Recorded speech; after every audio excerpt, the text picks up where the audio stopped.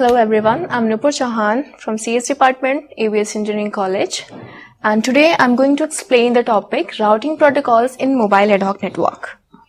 So for this, you need to have some prior knowledge about routing protocols, what are routing protocols, how they are used and why they are used, and some knowledge about mobile ad hoc network. So I'm going to start from routing protocols in mobile ad hoc network. There are various routing protocols available here, but we have categorized these routing protocols in three categories.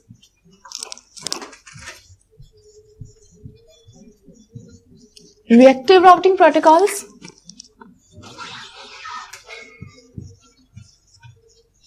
proactive routing protocols, and hybrid routing protocols. So first category is reactive routing protocols. In this category, routing protocols works as each node is creating the routing information on the demand. Means, for example, whenever a node A want to send the data to node B, then only it will create a route to B. In prior, it will not create any information to route B to node B. So here we are having multiple routing algorithms. For example, we are having DSR, dynamic source routing,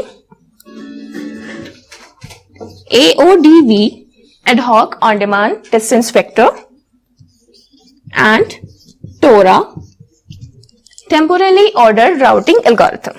So we will discuss one by one these algorithms. Next category is proactive routing protocol. In this, each node has to maintain route to all the other nodes.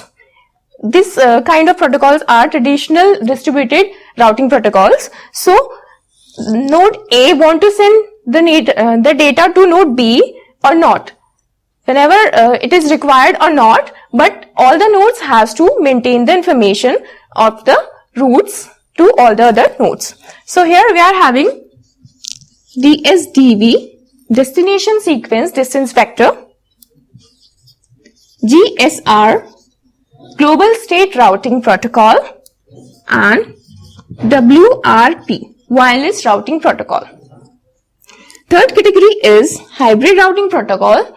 This is a combination of proactive and reactive routing protocol. In this, we are having ZRP, zone routing protocol, in which network is divided into zones, and this protocol will behave proactive for the nearby nodes which comes into the zone and reactive for the nodes which are outside to that zone. So let's start with the reactive category.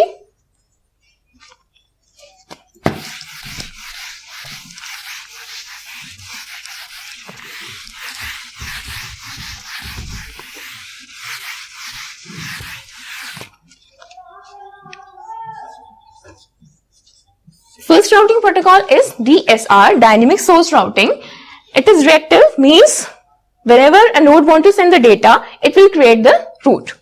Let's take an example.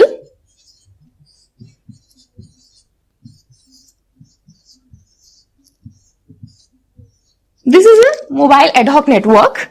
So here the node A want to send the data to node B, then what it will do, it will start route discovery.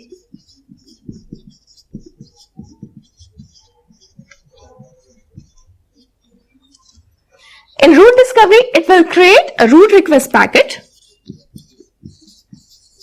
This request packet will contain 4 elements: the unique ID of that request, sequence of the node, sequence of the nodes which are intermediate nodes, source of this request, and destination of this request. So these 4 elements are present here in this request packet. So A will create this request packet and forward this request packet to its neighbor. Neighbor are C and B. So when it will create request packet, this packet will reach C and B. So here information are like unique ID, let's take this U1, sequence of nodes means intermediate nodes from where it is coming. Here the intermediate node is A only, source is A and destination is D. At C again U1, A and T. Now C will find that destination is D, means I am not the destination, then it will forward this request to the next node. So it will forward its request to neighbors. Neighbors are A and D, but A will not forward it again because it has already forwarded that request. So this request will be forwarded to D and D will have the information U1 because the request is the same. So ID will be same. U1, intermediate nodes A and C, source is A and destination is D. So now D will find that D is the destination, means I am the destination, so it will not forward this request again further. It will create a reply packet, root reply packet, and forward this reply packet to the neighbors with the help of this sequence, means this reply packet will send to C, then will be sent to A. Now finally A will have this information that to reach D I will be having a sequence A, C and D, because here D will also add its identity. So now A is the source and it is having the sequence of nodes or path with the help of which it can send the data to D. So now what it will do, it will create data packet and add this sequence with that data packet, because no node in this network are having prior information or not maintaining any kind of root, so it has to add this sequence in the data packet. So it will be like data and this root will be sent to the destination.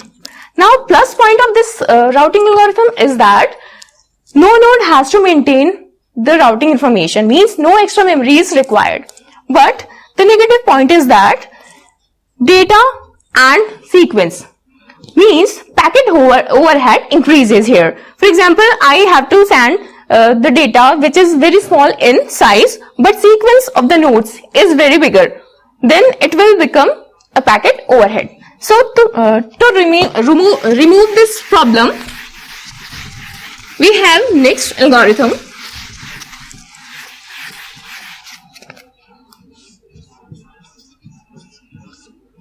Ad hoc on-demand distance vector. In this algorithm, node maintains some routing information and with the help of those routing information, node send the data to the destination. Let's take an example.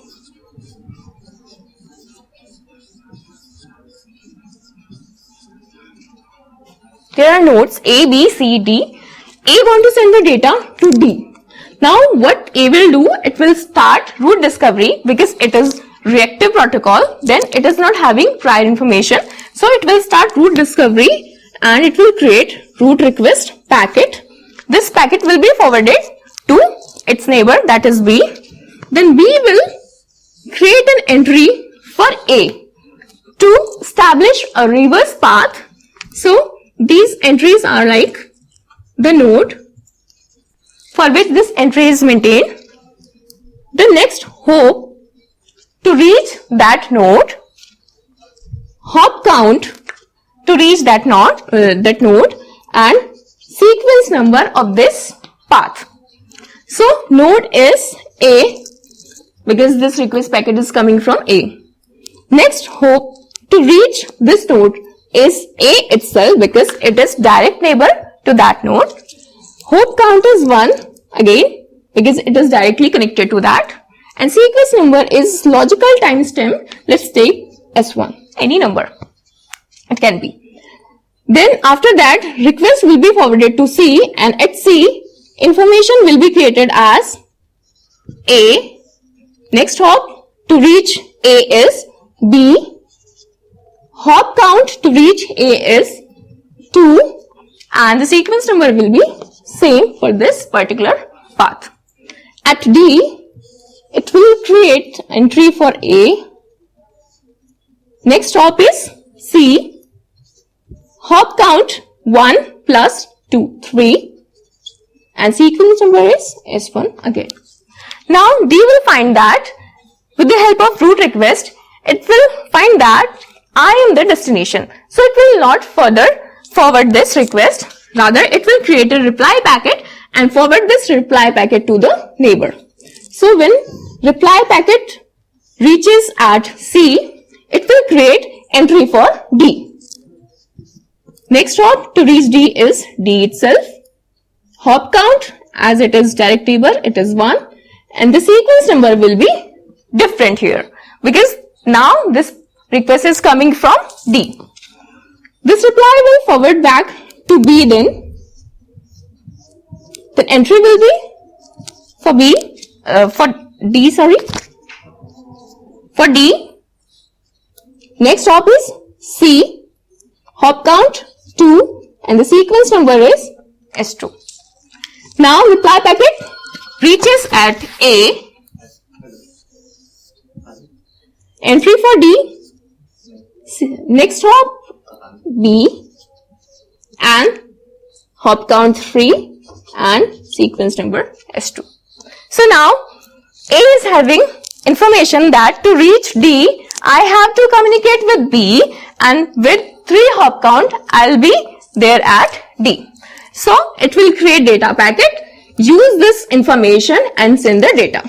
Means we don't have to add the data information with the sequence of nodes. So what it will do? Create data, see the table that to reach D, I have to communicate with B. So it will forward the data to B. Now B will see that to reach at D, I'll be communicating with C.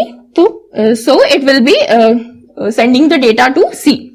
After that, C will find that D is direct neighbor, then it will send the data to D. So here AODB.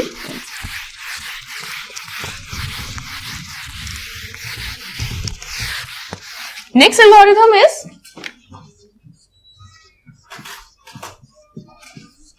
temporally ordered routing algorithm.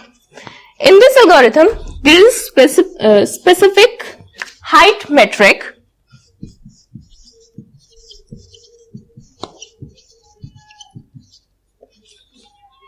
and with the help of this metric, heights are calculated of each node, and the main idea behind this algorithm is that a node A can send the data to node B only if its height is greater than B.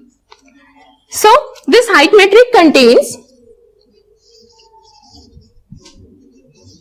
logical time of link failure.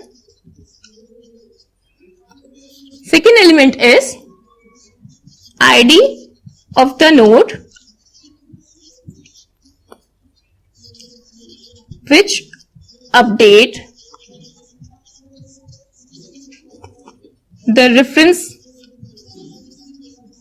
level. Third one is reflection indicator bit. Fourth element is propagation ordering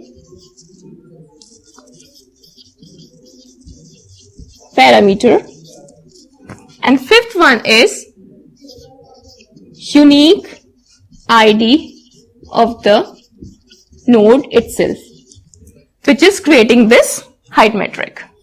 So let's take an example.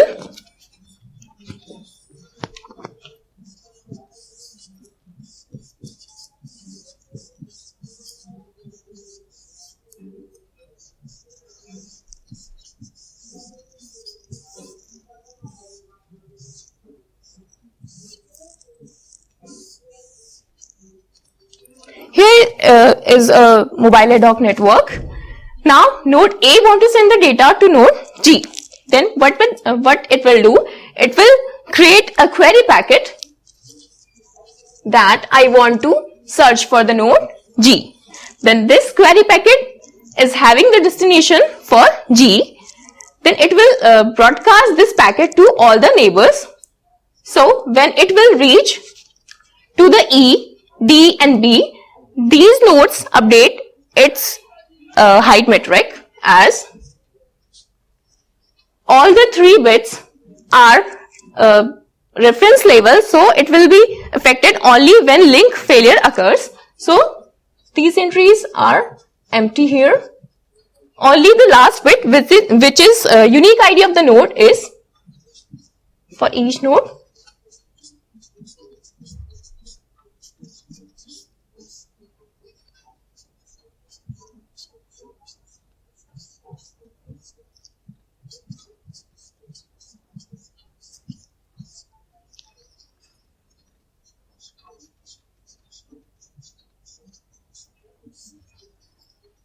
Now when this query packet reaches at G, then G will find that I am the destination, so it will update its height metric as 0, 0, 0 and G.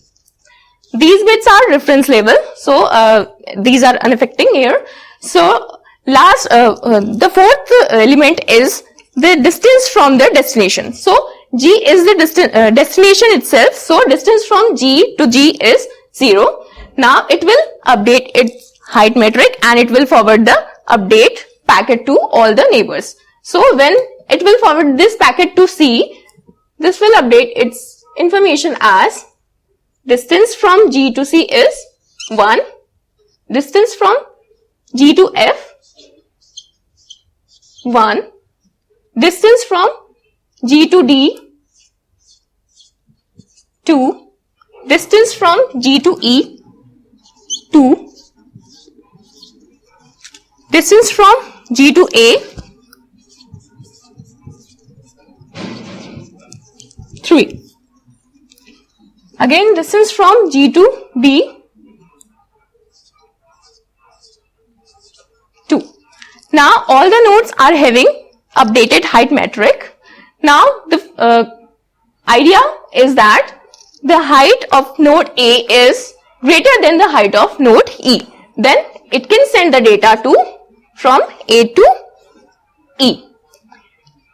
Height of A is also greater than height of B, so link will be like from A to B, same as for A to D.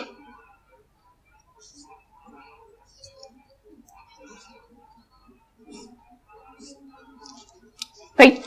Now A is having multiple paths from A to G, so it can make use of any of these paths to send the data. Now what happens if this link goes down? Means it is not reachable to C.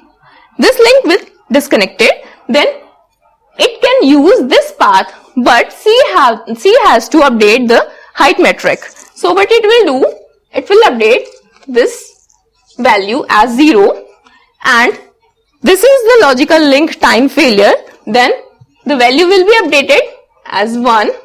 Who is updating that information? It is C. Then node is C. So updated height metric of C is 1C00C. Now this updation will be forwarded to B and D. Now B will update it. B will find that B is smaller than C in height, because height of C is increased now. So after link failure, the updated height metric is like at C it is 1C00C. It will be forwarded to its neighbor B. Then B will find that the height of C is greater than B. So the link will be reversed now, higher to lower. Same as for D, link will be from C to D. Then now the problem is that at B and D, links are incoming only, no outgoing links are there. So to overcome this problem, again we have to update this information. what B will do, we will see that its neighbor A and C are having height, which height is greater, so it will consider this reference level which is higher than A and update its reference level 1, C 0, and this metric will be -1 from this metric, means -1. So now B is having height metric as 1, C 0, -1 and B. Same for the node B, 1, C 0, -1 and D. Now this updated information will be forwarded to A. Now A will find that the height of B and height of D is greater than height of A. So links will be reversed from D to A and B to A. Now the problem has been solved that all the nodes are having incoming and outgoing links. So here are reactive protocols. We'll discuss reactive protocols in next lecture.